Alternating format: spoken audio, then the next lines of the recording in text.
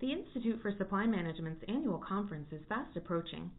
On May 6th, thousands of industry professionals will gather in Nashville, Tennessee to network, exchange best practices, and discuss emerging trends. Here at Source One, we're getting ready for the year's premier supply management conference with our new series, ISM2018 Session Insights. Tune in every week to hear our experts discuss the topics that promise to dominate the conversation at this year's conference.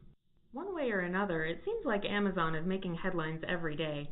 Their CEO is the richest person in history, their original content continues to win awards, and just recently they surpassed Microsoft in market value. This is all big news, but procurement professionals should be particularly interested in another news item, Amazon's hunt for a second North American headquarters. It shouldn't surprise anyone to learn that one of the world's largest companies is looking for more real estate. It should surprise everyone, however, how they've gone about that search. Amazon laid out the requirements for their massive project in a request for proposal containing only 8 pages. Source One's Jennifer Engel believes procurement teams can learn a lot from Amazon's highly efficient document. She joins us for the first installment of ISM 2018 Session Insights to discuss this case study in effective RFP construction. So Jen, before we get started, could you take a minute to introduce yourself and describe your role at Source One? Yeah, absolutely. So my name is Jennifer Engel, and I've been with Source One for about 2.5 years now, and I'm the Senior Project Analyst focusing on MRO and facilities management, and I also am an advisor in our procurement transformation space. Awesome. Thanks for that intro. So you published a number of articles on Amazon this year and delivered a keynote speech discussing the e-commerce giant back in the fall. What in particular intrigued you about Amazon's actions throughout 2017?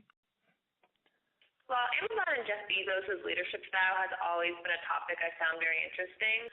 From Jump Street, when Amazon was just a concept he was working on in his garage, he was pretty forthcoming that anything about the business model could be copied. He wasn't interested in being the most unique in the e-commerce space. Instead, he put his focus on building a solid, recognizable brand. And ironically enough, that commitment to establishing the Amazon brand as a sturdy marketplace for books, software, and now virtually anything in between is what is allowing them in recent years to take more calculated risks that have paid off immensely. They didn't try to reinvent the wheel when they started, and now they have the freedom to be at the forefront of e-commerce. There isn't a logistics supplier, a manufacturer, and now even a city that wouldn't bend over backwards to be part of the Amazon success. So I'm always excited to see what they do next. Great. So obviously it's been a banner year for Jeff Bezos and his organization. As they hunt for a new corporate headquarters, they look poised to enter a new era. I saw that Philadelphia made the short list of eligible cities, but what else can you tell me about the search for HQ2? So Amazon is seeking to expand their physical presence. The location of the new development will be chosen based on a competitive bid process open to cities both in the U.S. and Canada. Amazon publicly released a comprehensive request for proposal, or RFP, outlining the general requirements of the project and instruction for responses. The entire document is only 8 pages in length. And this short length is unusual? Unfortunately, it is. Too often organizations present RFPs that are either too vague and informal to yield accurate results, or, even more often, too overcomplicated to engage top contenders. The simplicity and directness of the document is an excellent example of isolating the critical elements of an RFP to foster best results. And what can procurement professionals learn from taking a closer look at this particular RFP? Well, there are a few key principles apparent in the RFP documentation that can be applied to virtually any scope of work. The first is the way that Amazon demonstrates the value that HQ2 will bring to a particular city. Businesses often keep the overall value of a sourcing initiative fairly general, allowing the suppliers to apply perceived value to the market basket and overall volumes at their discretion. Amazon takes the guesswork out of exactly why the opportunity is beneficial to both parties. They do this by presenting historical results of similar projects, in this case the value brought to Seattle, Washington from their original headquarters construction. They also discuss their presence and how it impacted not only the local economy, but other Fortune 500 companies in the area, the travel and accommodation markets, and operational expenditures like utilities and maintenance. This strategy can be applied for smaller scope projects across a multitude of direct and indirect categories. Consider exploring how your company's business has impacted profitability and expansion of suppliers in similar categories. Fully divulge the benefit of a mutual partnership between your organization and the select suppliers to increase participation interest and foster best-in-class proposal responses. The second thing that makes Amazon's RFP stand out is the way that they engage a diverse supply base. While Silicon Valley and other large creative metropolitan hubs are often a first choice for businesses to establish a foundation, Amazon opened the requirements to prompt responses from more diverse locations. Recognizing that incentive legislation and other approvals may be required, Amazon is not only canvassing the big players, but allowing for smaller cities to begin to build the foundation for housing larger businesses. Engaging suppliers with diverse levels of market share will allow businesses to weigh the benefits and risks of being a big fish in a small pond, or the reverse. It also ensures financial solvency is considered when selecting a trusted partner, and will equip the business with market intelligence across a variety of industry players to construct negotiation strategies. The third thing that Amazon does well here is they nail down clear and concise requirements. RFP documents often fall short by leaning too far to one side of the spectrum for requirement presentation. Either capability requirements and scoping questions are too general, and post-event follow-ups are required to confirm alignment with the overall project vision, or requirements are set too narrowly and suppliers pull out of participation due to a perception of misalignment. Amazon strikes a balance between the two by clearly establishing what is required and embellishing with what is simply preferred. Requirements are backed with clear metrics on sizing and location to leave little room for interpretation amongst participating locations. When developing RFPs, product quality, sizing and specifications, and location requirements should be clearly established to ensure that suppliers are aligned prior to bid submission and review. The next thing that Amazon does well is the way they leave the RFP open to nurture innovation amongst participants. While it may seem diametric to best practice number 2, allowing suppliers opportunity to present creative solutions during the proposal phase can bring value to the project and category long term.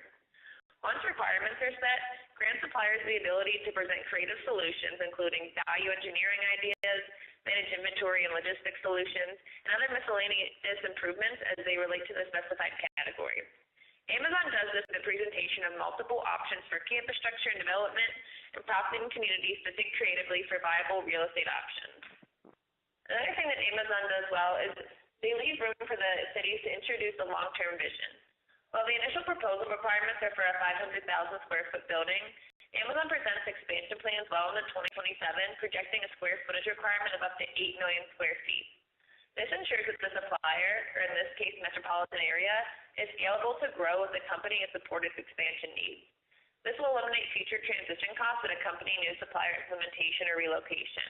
It also allows the supplier incentive to offer upfront concessions in exchange for long-term growth value. The final thing that Amazon does well in this RFP is setting aggressive timelines. Suppliers often push back on timelines prior to fully digesting a bid package. While allowing enough time for review and a thoughtful proposal is critical, extended timelines do not always lead to additional value. More often than not, if a supplier asks for an extension up front, the proposal will sit untouched or neglected until the deadline approaches. Setting a reasonable yet brief timeline ensures that suppliers are utilizing resources and working actively on the proposal.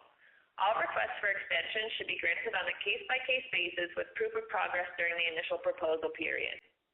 Amazon set an initial timeline of 6 weeks, which is reasonable for a proposal of this magnitude. For smaller scale projects and indirect sourcing categories, 2 to 3 weeks is a reasonable starting point. And you'd say these best practices apply to projects of any size or scope? Absolutely. Even if the goal of a sourcing initiative is to evaluate incumbent competitiveness or to support direct negotiations, understanding the marketplace as accurately and close to your organization's unique needs as possible will only enhance results. Striking the balance between knowing what you want and being open to innovation is the perfect fuel for building long-term strategic partnerships with suppliers. And do you think Philadelphia has a chance, or are we an underdog in this one as well? It's definitely possible. Philadelphia has a lot to offer. They have an impressive talent pool, a relatively low cost of living in comparison to some of the other top contenders, and accessibility with public transportation. But the business tax climate and overall job growth in recent years are the only notable downfalls. At this point, I see them having just as good a chance as other top contenders like Atlanta and Austin. If we learn anything from the precedents that Amazon set thus far, it's that what they need to thrive is a sturdy canvas for innovation and bright minds to back it up. So we can really speculate as much as we want, but I'm expecting that the decision makers will pull out collaborative surprises as discussions continue. But I do look forward to seeing the results. I look forward to seeing the results as well. Thanks, Jen. You've been listening to ISM 2018 Session Insights. Tune in next week to hear more from the procurement leaders at Source One. See you in Nashville.